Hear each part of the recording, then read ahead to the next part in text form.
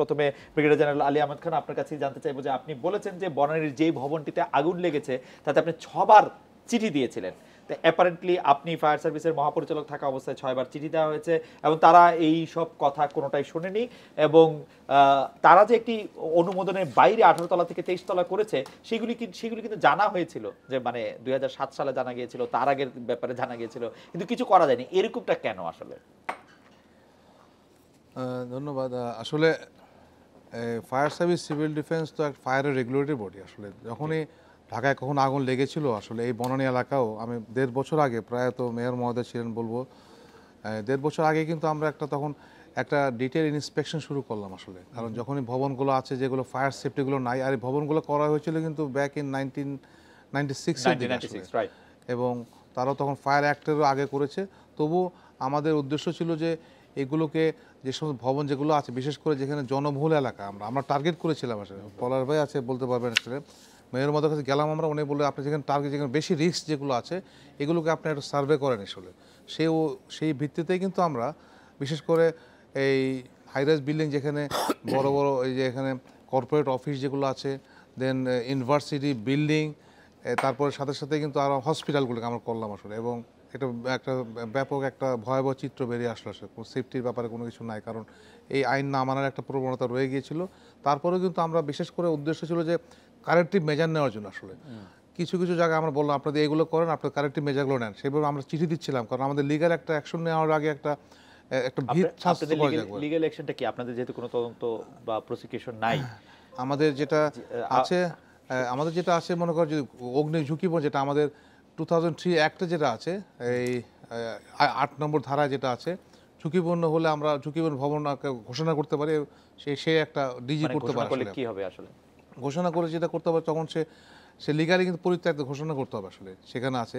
But আমাদের যেহেতু এরকম কোনো ভবনকে ঝুঁকিপূর্ণ ঘোষণা করেছেন, আমরাও এর আগে কয়েকটা করেছিলাম আসলে এখানে আছে। তারপরেও কিন্তু দেখা যাচ্ছে যখন আমরা এই ঘোষণা করেছি, তারপরে কিন্তু তারা কিন্তু আইনের দ্বার পর্যন্ত চলে যায়।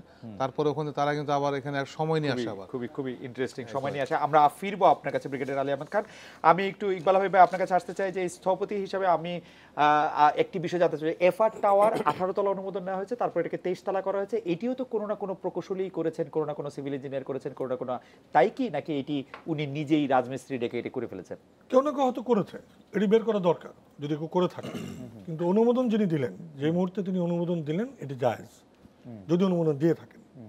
আচ্ছা খালেদ, আপনি হঠাৎ করেই এই যে আমরা সবাই মিলে এই ফারুক রূপায়ণ টাওয়ার নিয়ে কনসেন্ট্রেটেড, আচ্ছা তার পাশে যে ভবনগুলো, ধরেন এই যে ইকবাল টাওয়ার বা আরো অনেকগুলো টাওয়ার এখন উপরে তালা বানাচ্ছে, তার মানে আমাদের চোখ পড়ছে না, এবং কেউ তার কথা যতক্ষণ পর্যন্ত, আমি কথাটা পরিষ্কার করে বলি, ভবনে আগুন ধরলে কিংবা ধসে পড়লে অননুমোদিত, গাড়ি আমার সন্তান হত্যা করলে তখন আমি জানি অবৈধ চালক অথবা যান, রাইট, তার আগে নয় কেন?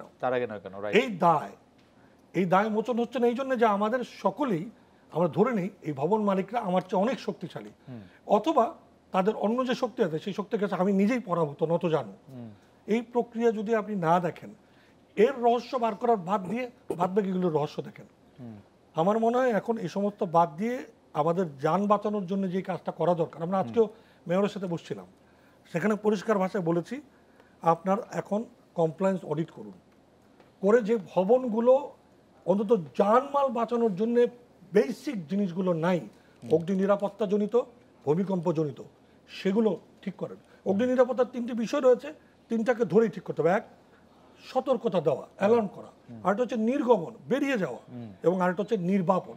এই 3টিকে ধরে ধরে অন্তত মানুষগুলো বাঁচুক, তারপরে আপনি অন্য কার্যক্রম দেখেন। রাজুকের মাধ্যমে আমাদের মাননীয় মন্ত্রী বলছেন 15 দিনের মধ্যে যত অবৈধ সব ঘুরিয়ে দেবেন। এই সমস্ত প্রতিশ্রুতি যে বাস্তবায়ন সম্ভব না, এটা জানি বলেই জোরাত করে বলছি, বাদ দেন না।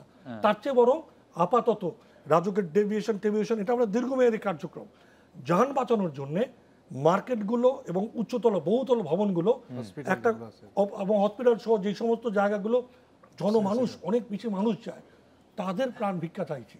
এবং সেজন্য এই ভবনগুলোর অডিট, কমপ্লায়েন্স অডিট করে জরুরি ভিত্তিতে কি রেকটিফিকেশন করা দরকার, যাতে করে মানুষ নির্গমন হতে পারে, সতর্ক হতে পারে। যদি জানতো, অ্যালার্ম যদি বাঁচতো, অন্তত সবাই চলে যেতে পারতো।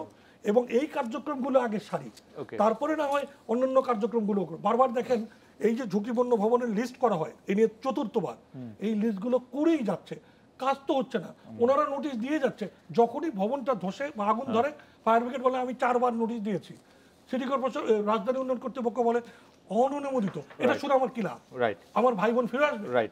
এবং এই কারণেই বলছি এইসব গল্প, নোটিশের গল্প, লাইসেন্সের গল্প অথবা অনুমোদনের গল্প শুনতে চাই না। আমরা চাই অন্তত আর কিছু না হোক, বসবাসযোগ্য ঘোষণা যদি আপনি করেন, রাষ্ট্রের দায়িত্ব বসবাসযোগ্য ঘোষণা করা। যে মুহূর্তে আপনি অনুমোদন দিয়েছেন ওই ভবনে গিয়ে যদি আমি মারা যাই, রাষ্ট্র দায় নিতে হবে। Right. কারণ আমার তো তাহলে আপনি কিন্তু রাষ্ট্র- লাল ফ্ল্যাগ ঝুলিয়ে দেন, কিন্তু বসবাসযোগ্য না, আমি উঠবো না। কিন্তু রাষ্ট্র একটা বিচিত্র কথা বলছে। রাষ্ট্র বলছে যে তারা যেভাবে নকশা অনুমোদন করেছে সেভাবে আসলে বাড়ি বানানো হচ্ছে না সেই এই জায়গার দায়টা কার? মধ্যে। এই দায়টা জায়গার কার? আমি এই মধ্যে- প্রশ্ন আপনাকে করছি, জি। শুনেন। আপনি অনুমোদন করলেন, Right. অনুমোদন অনুযায়ী ভবনটি নির্মিত হলো কিনা দেখার দায়িত্ব আপনার নয়। না, সারা উনি দেশে- শর্ত সাপেক্ষে লাইসেন্স দিলেন, ওই শর্তগুলি প্রতিপালিত হয়েছে কিনা সেটা দেখার দায়িত্ব ওনার নয়। আমি